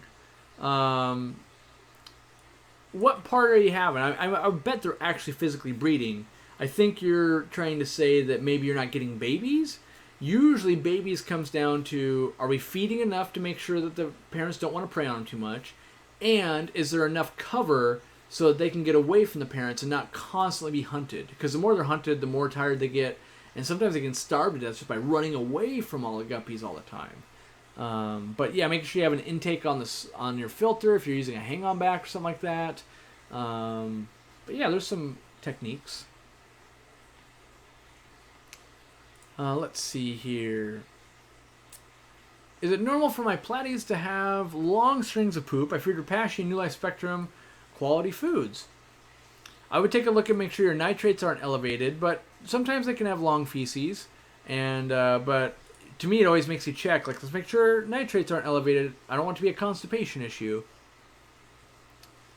Nasir Levy says, one of my Harlequin Rasboras seems to be losing scales or actual color. They look like white spots. What's the treatment? Can't find anything online. Let's see, it's losing scales or his actual color. I would start with antibacterial. That's what I'd start with. But without seeing a fish, it's really hard to diagnose of text. So, any thoughts on the best temp to raise livebearers? I'm finding my best fish result from raising them in low temps over long periods of time, but the internet seems to say the opposite is true. Depends what your goal is. If your goal is from birth to market, fastest possible time, higher temps usually help. If your goal is to make the best fish, like the biggest fish possible, slower growth with colder water typically helps. And there's a lot of things going on. So, like, let's imagine, let's take this into an experiment mode here. Let's say I'm just going to pick random numbers here. None of this is actually qualified. But let's say 80 degrees, they burn 1 cube of bloodworms a day. And at 70 degrees, it takes them a day and a half to burn through those bloodworms, okay? Let's say you were a guy that could only feed your tank once every 2 days. These are all extreme examples. Well, keeping them at a lower temperature, they would actually gain more weight than if you kept them at 80, because they're going to spend more time being hungry and their metabolism is going to be burning body fat. So in a real life scenario, let's say you can only feed your fish once or twice a day. Cooler water will lead to a bigger, better fish over a longer period of time. Whereas that hot water would lead to smaller fish typically if you can't feed them as much. But if you've got all the time in the world and you could feed them, every hour on the hour, and you could run them at 85 degrees, you could probably make a pretty monstrous, healthy fish. But it's all what's an actual scenario in our homes. Most of us have to go to work, that type of thing. And so a lot of times I find a cooler temp can help quite a bit, as you're finding as well.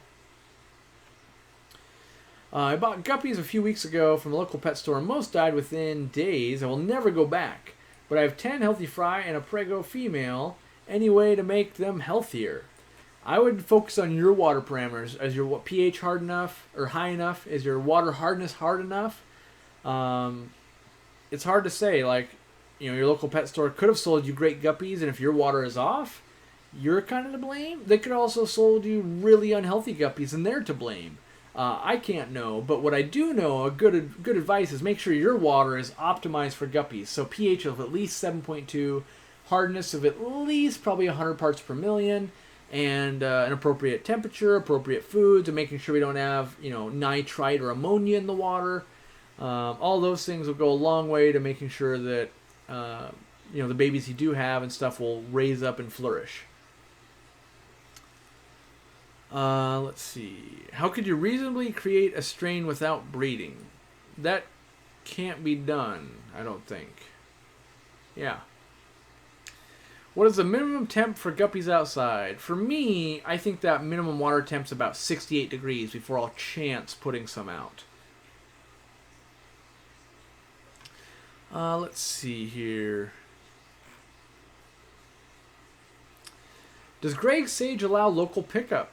I don't know that, Ryan. You'd have to, I think, I don't want to speak for him. I think he might, but email him. I don't want to speak for him, and then all of a sudden, 1,000 people are beating down his door, but he's a pretty nice guy, and I think if he was able to determine that you're not a total weirdo, maybe he'd allow it, but, I don't want to speak for the guy. I won't really let people come to my place, because everyone wants to come here, and it's I just don't want everyone knowing where I live, so yeah.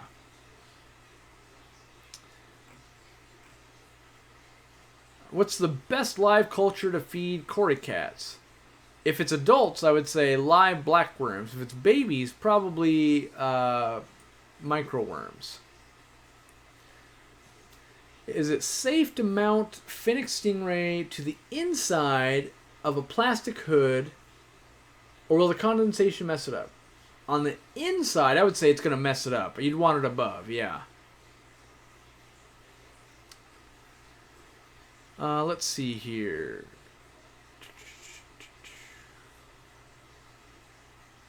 Is it normal for my female guppy to give birth to about 60 fry? I thought they say they have about 20. All depends. The world record, I think, this documented is 400 and something, 408. But commonly, I would say 30 in young guppies, and then as they get really big, maybe a few hundred.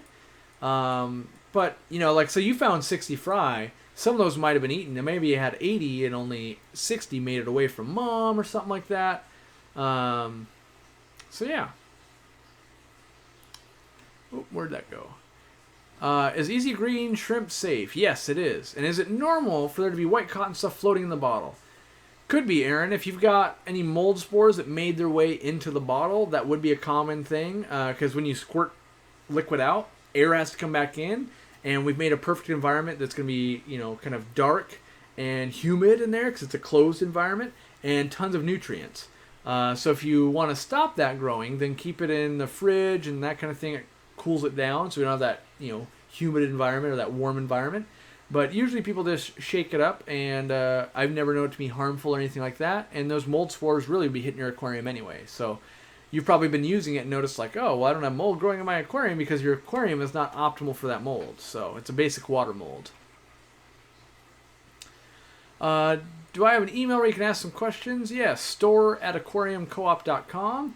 Please ask very specific questions. So what I like to have happen is you write an email, there's a specific thing, and then I give an answer. What I don't like to have happen is here's like a one statement question, I answer it, and then you have another question, another question, another question, another question, because I answer really quickly, and people think I just don't have anything better to do. The reality is I'm answering like the 400 emails anyway, and it just keeps coming in at top. And so it's preventing me from getting lower. So I just ask you that please ask questions that you can't find the answer to easily already. So don't ask like, well, what do you keep in a 10-gallon tank? Or, because a lot of times I'll say, I'd keep this. And like, well, I don't like that fish. What other fish would you do? And it's like, oh, well, this is a never-ending question. So eventually I have to cut people off. And everyone's always really disappointed. Fine, I didn't want to ask you questions anyway. It's like, it's not that way. It's just, if 1% of you guys were to ask me questions like that, so that's 1 out of 100 people, that's literally 5,000 people a day. Ask me, like, what would you keep in a 10-gallon? What would, these open-ended questions. So that's why I'm just trying to put a preface can't talk anymore. Preface that, make sure that they're a question, like, all the ones I'm reading right now, these are all perfectly fine questions, but those open-ended questions just, lead me down a rabbit hole that I can't afford to be down. And when I say afford, I mean time-wise. Let's see here. Sergeant Tank says, I concur. Keep up the good work. Well, thank you, Sergeant Tank. I got to check in on my super chats. I miss them. Okay, good. Phew. Haven't missed too many. Let's see. Corey, am I understanding your recent video where thinking about using air stones is better than sponge filters? Can you please explain this? No, I think you're jumping ahead in logic there. It's not that it's better.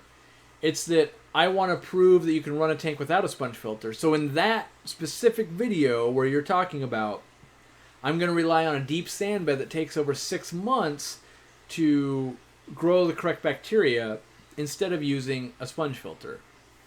So that's a very specific setup. And I wouldn't say that they're better. I'd say they're similar in that specific instance, but I would say most people need a sponge filter. Can I dose Flourish and ADA brightly green mineral at the same time? I don't know the ingredients of brightly green off the top of my head, but the answer is probably. My guppy tank is overrun by snails. What is the best plan of action? I pulled out 30 and didn't even make a dent. My first question is, why do you need to pull some out? Like, they populate to how much food is around, so they're probably helping that environment. But, if your plan of action is to reduce the population, I would say you're doing it the correct way, yeah. When building a guppy colony to sell, at what point do you determine it's okay to start selling? When the original babies start having babies, or a certain number of fish? I think when you've got the market for it. Like, I like to have lots of fish because I like to look at them. But if you're only wanting the money, like as soon as you raise them up to sellable size, I guess. Yeah. What is the highest ambient temperature you would keep guppies outdoors? So, ambient, like air temperature, probably like 95. I don't get temperatures that hot that often.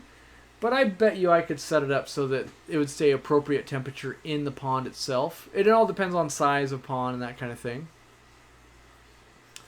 Do you think breeding Cories and Guppies or Endlers for profit in the same 20-gallon would be pushing it space-wise? Yes, I do. I think the Cories are going to prey on some of the fry. I think you're going to run into the fact that the Guppies will eat some of the fry of the Corydoras. I would focus on a shrimp or a snail, personally. Or a plant. Yeah. Ooh, Pseudomogel Gertruda eggs have hatched as you're watching this. You got a long road ahead, but that is fun. Those are a fun fish. What's my opinion on those plastic corner filters that you can fill with your own media and sponge as they are comparable? Oh, versus sponge filters. I like sponges better. I know Greg likes those better.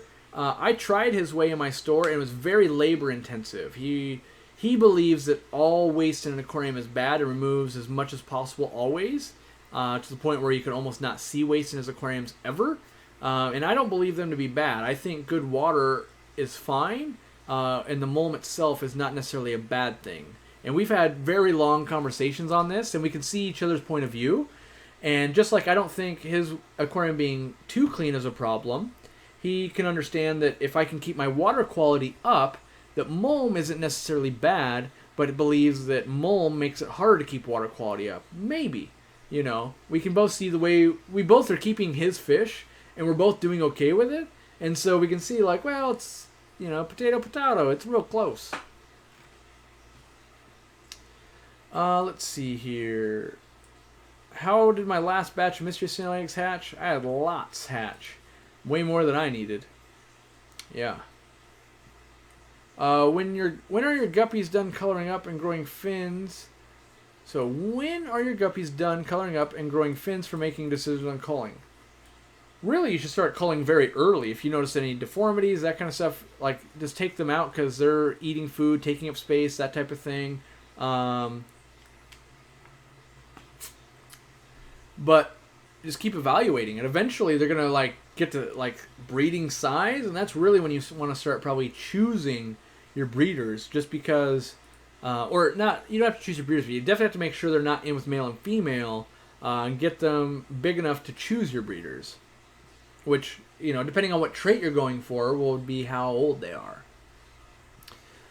My order from the co-op was pretty awesome. Got some extra swag, and the crypt parva I had a ton of small plants coming off, and basically a full plant of 20 long with one crypt parva. Glad to hear it, buddy. Can ick fall off overnight with no meds? My Oscar had about 10, now 4. Yes. So it's going to fall off in a cyst form, and it might hatch out and become more. So it could be doing that, yeah.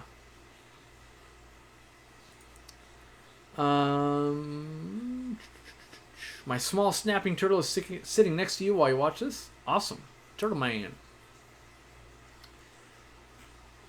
Let's see. We still got some minutes to go. Given your different methods in Goodies, did yours take a while to adapt to my conditions? I don't think so. I mean, it didn't take, like, I didn't really have any problems other than my fish room got a little bit too warm, and that's how I lost my Scyphia. But then, you know, Greg's had some problems with Scyphia and Cracodons. Like, when you watch this thing, he's struggling the most with Cracodons, and that's what I struggle the most with too. And so we're both making more, but not in massive quantities. So it leads to me to think that we haven't really figured out what that fish really, really, really wants yet. And when we figure that out, it'll be easier. But, you know, we're doing what we think is the best, but there could be something missing, a key we don't know about yet. Paul says, I saw your video on filters today. It was very informative. I'm just getting into the hobby. I've got a 10-gallon tank and thinking about buying an Aquaclear filter. What size would you recommend? So if you're just getting into the hobby, I would probably buy an Aquaclear 30 and turn the flow down. Because what I know is you'll probably bump up from a 10-gallon pretty soon, and you'll be glad you bought a bigger filter. That would be my guess. How do I go about crossbreeding my fire guppies and black cobra guppies? Well, typically you're going to mix male and female from the strain. Then you're going to raise those fry up. Then you're going to breed probably one of those fry back to one of the parents, whichever one you liked more, and try to get some to express that gene. Take those babies and do the same, and keep doing it till you make the fish go in a direction you would like. Nick K says, any way to control blackbeard and green hair algae in a small shrimp tank, low light, planted, and not dosing? So my opinion would be probably the easiest way to control it would be to start dosing. Without dosing fertilizer, you're probably just running into lacking different nutrients, and that's causing the algae to grow and the plants to stop growing. Getting rid of the green hair algae, possibly manual removal, maybe some fish or a shrimp that's going to eat it. And kind of the same thing with the blackbeard algae, I would say. But when your tank's in balance, you shouldn't be growing algae. And it's really hard to balance when you're, you know, one of the main ingredients being fertilizer is just not there. So, let's see. Holy Moses! Almost 800 still watching. I concur, Joel. I concur. It's pretty amazing that we've got this big of a community built up. And I realize that, like, Sunday is not optimal for everyone. The reality is there's 55,000 people almost at this point, and no matter what day I pick, it will not be optimal for probably 10,000 people, right? Like, that's the problem. And so I pick an optimal day for me. Optimally, Sunday is a very good day for me because I'm most likely to be back in town after traveling. It's kind of a day I like to work in my fish room anyway, and I think most people are winding down. Like a Saturday I don't like, and a Friday I don't like. I'm traveling a lot, and so yeah. But yeah, I'm impressed that we've grown it this much. Honestly, it's getting to be good. Not that it wasn't good. That's not what I meant to say. But I'm just like, it's getting to be mind blowing to me. That's really what I should be saying. Is like, yikes, that's amazing. But you know, we've had to get things like Nightbot helping, and we've had to slow the chat down a little bit. There's always gonna be some growing pains. So yeah. How long can guppies live for? Depends on the temperature, but normally 2 to 3 years. Is a common one. My Faka puffer is small and doing well with Oscars and a red-tailed giant gourami. Do you think I can put a large school clown lunches in there with them in a 405-gallon tank? I think you just have a ticking time bomb, Marlon. Like right now, the Faka puffer is small. I think if you had a bunch of clown loaches, it's going to be hard for that puffer to get food. In my experience, keeping the true giant gourami, they get very food aggressive. The larger they get, the more food aggressive they get, which is going to kind of clash with that Faka puffer. That being said, maybe it'll work out great for you. I personally think I would run into too many problems and I'd be limiting the amount of potential problems I have. And I think adding more stuff to that is going to exacerbate a problem if there is one. If I was, that being said, if you have a lot of tanks, try it, and then when it's not working, rehome or move them. But if you don't have a tank for 20 clown loaches or something, like, well, maybe don't try it.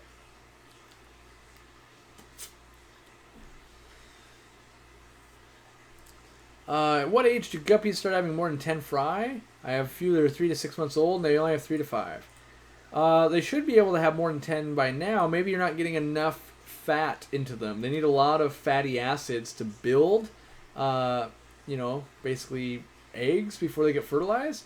And so a fattier diet can help with that a lot of times. Let's see here. Where'd that go? It was about my fish store. I thought I'd answer it. So Corey, I have a sty on my eye. That's what's bothering you. I do have a sty.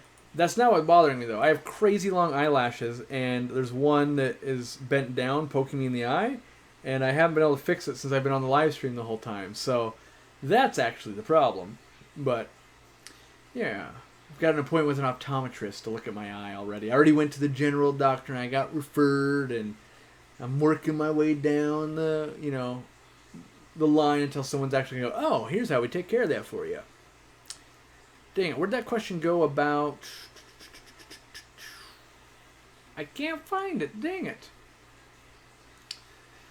Oh well.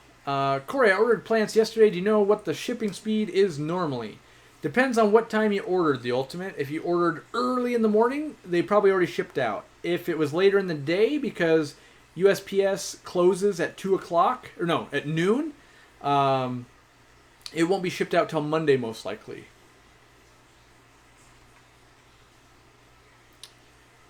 Let's see. What aquarium plants would grow mostly taller? Wait. What aquarium plants would mostly grow wider than taller? Things like Anubias, stuff on rhizomes, I would say.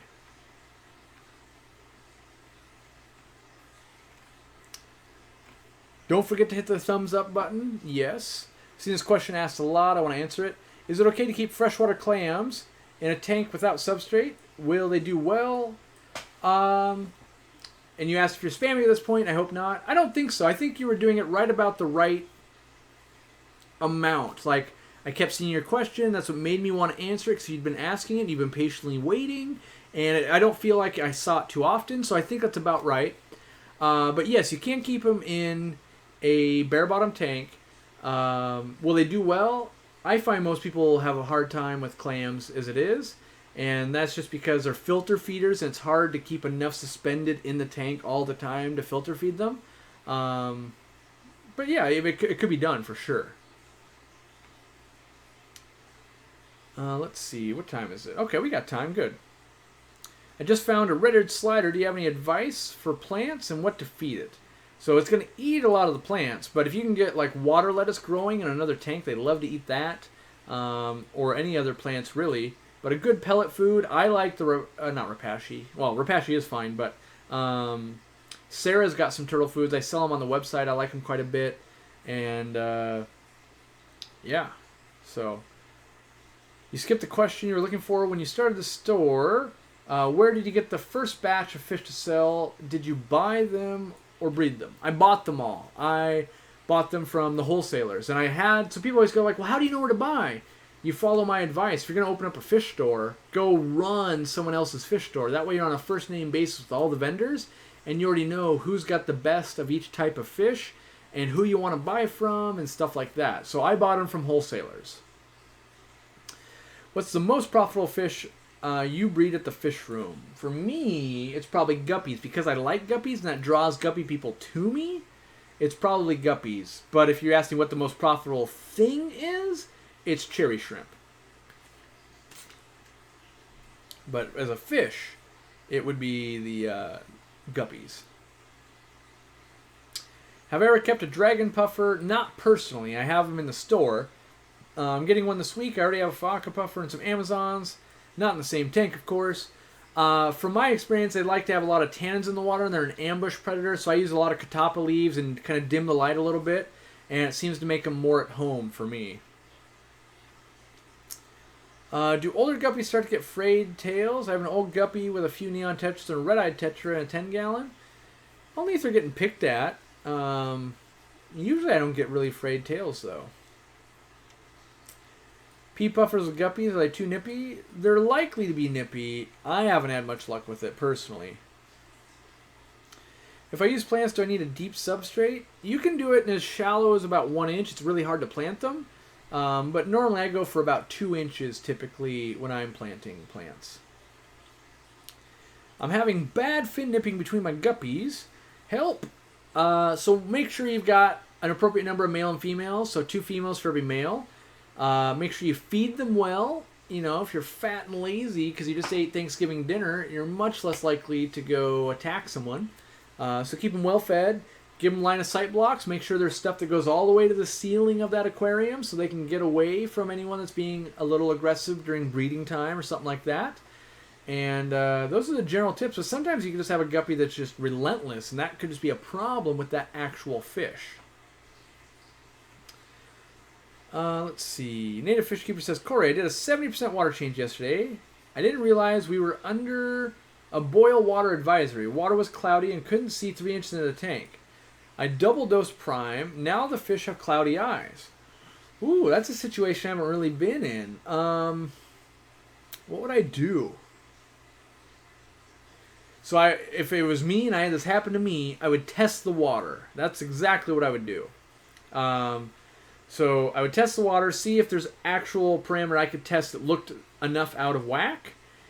If that didn't come up with anything, what I probably would do, and this is me, assuming your tap water is still not good, I would probably drain some of the water, and then if I had any other aquariums, I'd steal some of that water to try and balance that out. So if I had 255s, the one that's I'm having problems with, I'd drain it 50%, maybe 60%, and then I would take like 30 or 40% out of the other tank into this tank. It would dilute the chemicals out, and I would let them both run low on water until I figured out what I was going to do in the long term to fix that.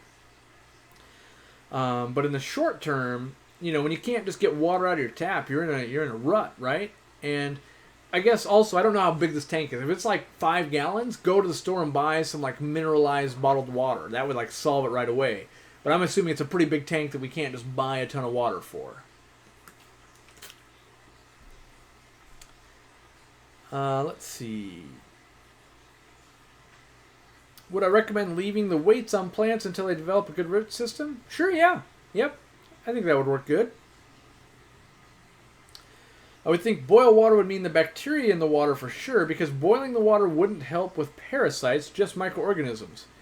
Could be. You know, I don't know specifically what's in there. You could also, well, the problem is you've already got the fish like in there. It's hard to know, but like Eric Bodrock puts in some hydrogen peroxide to fix that problem in his aquarium. That being said, I wouldn't want to be like experimenting on my prized fish, right? Like the problem is you're already like under the gun, so to speak, of like, oh geez, I got to do something. I don't know what to do. But yeah, it depends on what I had available to me at my disposal. I would try to make decisions least invasive to most invasive. What is the best fatty acid diet for guppies? I mean, I'm going to sound like a broken record, but live baby brine shrimp? Yep, that would be the best. Is there a site I can use to help identify the female guppies? They didn't know what breed they were, but they do have color on the tail. Should I wait for the fry to grow and ID the males?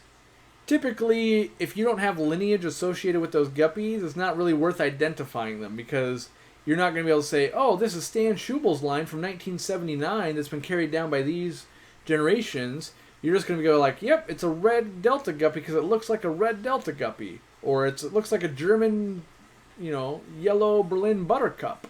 And so I would just wait till they grow out, but I don't think there's going to be any sites to really identify the female guppies. Males, sure, but females, not really. My plants have stopped growing. Should I start dosing ferts?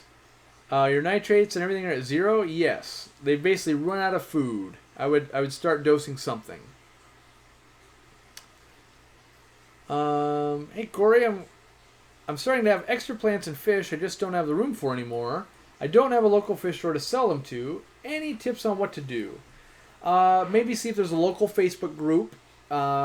Maybe just try posting them up on OfferUp or Craigslist for free. Yeah, I would just find some local hobbyists that want them.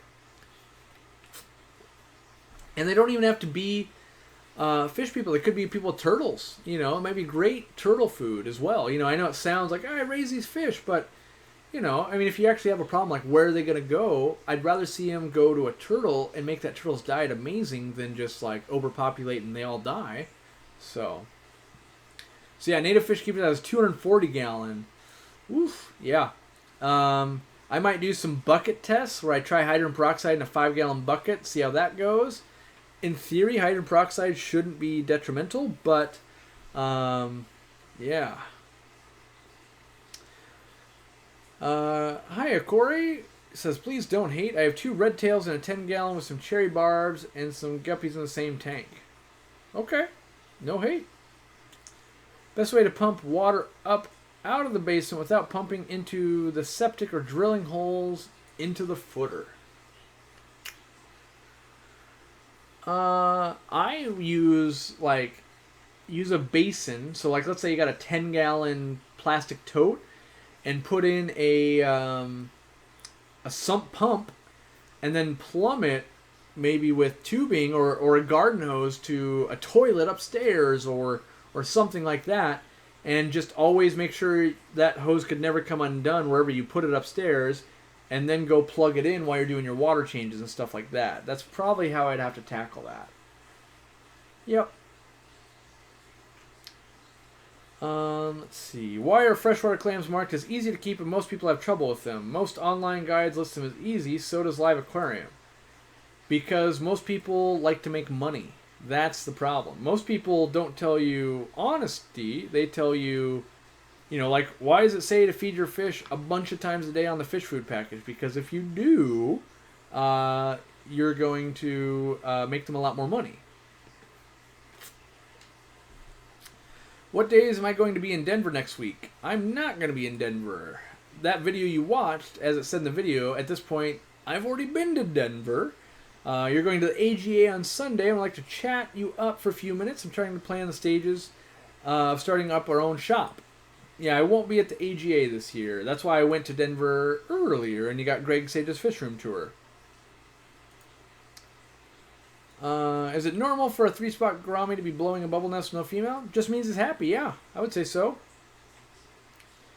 Chris Bell says, I picked up 10 fancy guppies from your store today to start a guppy tank. Love the co-op. Well, thanks, Chris. All that support helps. This helps keeps my employees at the store so I can do this here. And I would be nothing without my employees, for sure. They allow me to do all of this. So, without a good crew, I would not be able to pull this off.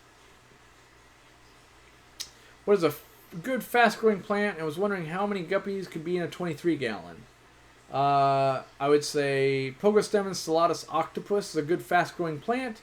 And how many guppies can be in a 23-gallon? I could probably keep roughly 50 or so. You might be able to be more comfortable with 20. I would say start with less and let them populate and kind of find a stasis based on how many plants, how many water changes, how much food you do. And you'll find that nice balance that you'll enjoy. My guppies are randomly dying. One night they're okay, in the morning they're dead. The parameters are okay, but they show no signs of illness other than getting really skinny but still eating. Sounds like you've got some internal parasites going on. That being said, whenever people say water parameters are okay, usually I find out they're not okay. And it's just like 99 times out of 10. That's right, 99 times out of 10 times, they're not okay. People assume they are, and then I go, what's your hardness? And they say, I don't have a hardness kit. And then I go, oh, well, what's your KH? Oh, I don't have a KH kit. And then I go, well, what's your nitrates? Well, last week when I tested, they were this. It's like, well, what are they today? Oh, it turns out they were elevated. And so, you might be currently up on it, but I'm just saying most people aren't. And so I always really emphasize, really you want to check that. Most people say, my parameters are good, and they don't even have the right test to be checking the parameters. So really focus in on that. Let's see. YouTuber Home Aquatics started a Facebook group called Guppy Fish Enthusiasts. There's quite a lot of talk going on there. Cool. Check it out if you're into guppies, guys. Oh, it's 7. I got to wrap this up. I probably got dinner waiting on me and things like that. So at the end of this, when this uploads, let me know in the comments what you want to see talked about. I'll try to, pick something. To reiterate, there are my Aquarium Co-op towels on the website. Type in towel. When this uploads, I'm going to go get this listed under the shirt category. Earth Day. Use code EarthDay to get 22% off all your plants till about midnight tonight. What else do I got? If you'd like to donate, go donate to Joey's Aquarium Gallery. I think that's going to be amazing and really help the hobby and bring a lot of awareness to the hobby, get a lot of new people into the hobby, and help teach a lot of people. I think it's a pretty good thing he's doing there. What else do I got? I feel like I've got other things in the pipeline. Oh, my other aquarium, not other aquarium channel, my other channel, if you want to focus in on business, you can check that under Corey McElroy. And leave any questions I didn't get to answer for you down in the comments below once this uploads. And I'll try to get to them. I get to as many as I can every day. And you guys see I'm pretty active. So, all right. Well, thanks for hanging out. Let me get this ready to end here. Wait, did I miss Super Chat? LG3 Nation, a $2 Super Chat. Thank you, buddy. I appreciate that. And, So our peak tonight was 808. I got to see if that's the record. I think it is, though. That's pretty awesome. So, all right, guys. I'll see you Tuesday in the video we put out. And I'll see you next Sunday. Obviously, Thursday and Saturday. There's always videos coming out. But I got to go check for more turtles. So, we'll see you next time.